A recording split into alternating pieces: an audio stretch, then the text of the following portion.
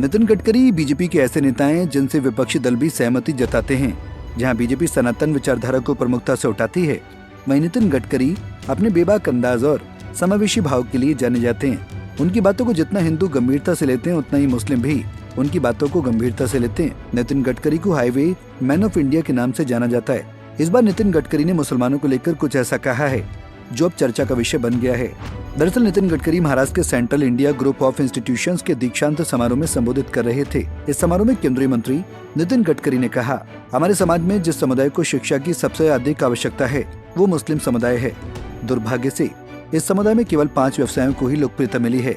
चाय की दुकानें, पान की दुकानें, कबाड़ का काम, ट्रक चलाना और सफाई करना। मैं विशेष रूप से अनीस भाई को पता है, पर डॉक्टर जहीर साहब को बताऊंगा कि मैं जब महाराष्ट्र में एमएलए था तो मुझे भी एक इंजीनियरिंग कॉलेज मिला,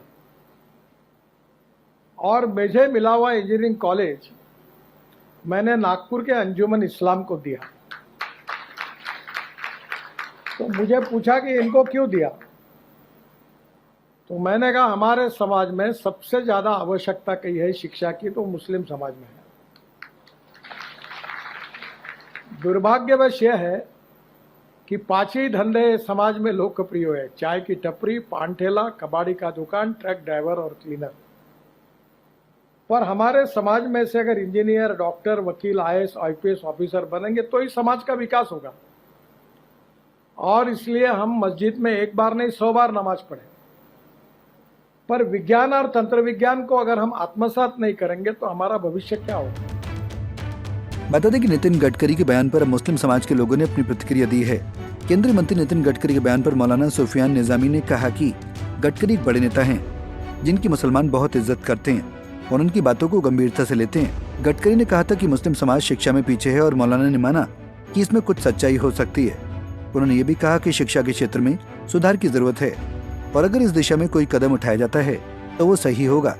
वहीं कई विपक्षी राजनेताओं ने भी नितिन गडकरी के इस बयान के साथ समर्थन जताया, तो कई मुस्लिम नेताओं ने कहा कि बीजेपी के नेता एक और तो मुस्लिमों की शिक्षा की बात करते हैं तो दूसरी ओर वो मौलाना आजाद स्कॉलरशिप प्रोग्राम को बंद कर देते हैं जिससे मुस्लिमों में शिक्षा का अभाव है। आइए समझते हैं देश में मुस्लिमों की स्थिति शिक्षा के क्षेत्र में क्या है। भारत में मुस्लिम आबादी कितनी शिक्षित है? भारत में मुस्लिम आबादी की तादाद बड़ी तेजी से बढ़ी है। आज भारत में मुसलमानों की अनुमानित आबादी करीब 21 करोड़ है। भारत में मुस्लिम समुदाय शिक्षा के क्षेत्र में सबसे पिछड़ा समुदाय है। सच्चर समिति की रिपोर्ट के अनुसार भारत में मुसलमानों में शिक्षा की स्थिति अन्य समुदायों के लोगों से कम है।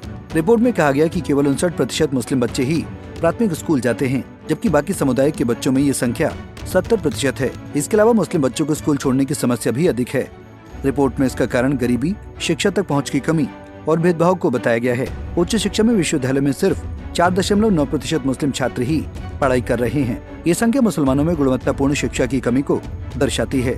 साथ ही मुस्लिम समुदाय के अधिकतर बच्चे इस्लामिक शिक्षा ग्रहण करने पर विश्वास रखते हैं, लेकिन ये शिक्षा आधुनिक समाज की जरूरतों को पूरा नहीं करती है। बहरहाल बीजेपी के नेता नितिन गडकरी ने इस मुद्दे पर बेबाकी से अपनी बात रखी, लेकिन ये कहना कि इससे समस्या हल हो जाएगी ये गलत होगा। मुस्लिम समाज में कट्टरवाद को बढ़ावा देने और आधुनिक समाज का विरोध करने वाली सोच को जब तक समाप्त नहीं किया जाएगा तब तक इस समाज में शिक्षा के क्षेत्र में तरक्की नहीं हो सकती है। मुस्लिम समाज में महिलाओं की शिक्षा पर बहुत काम किया गया है।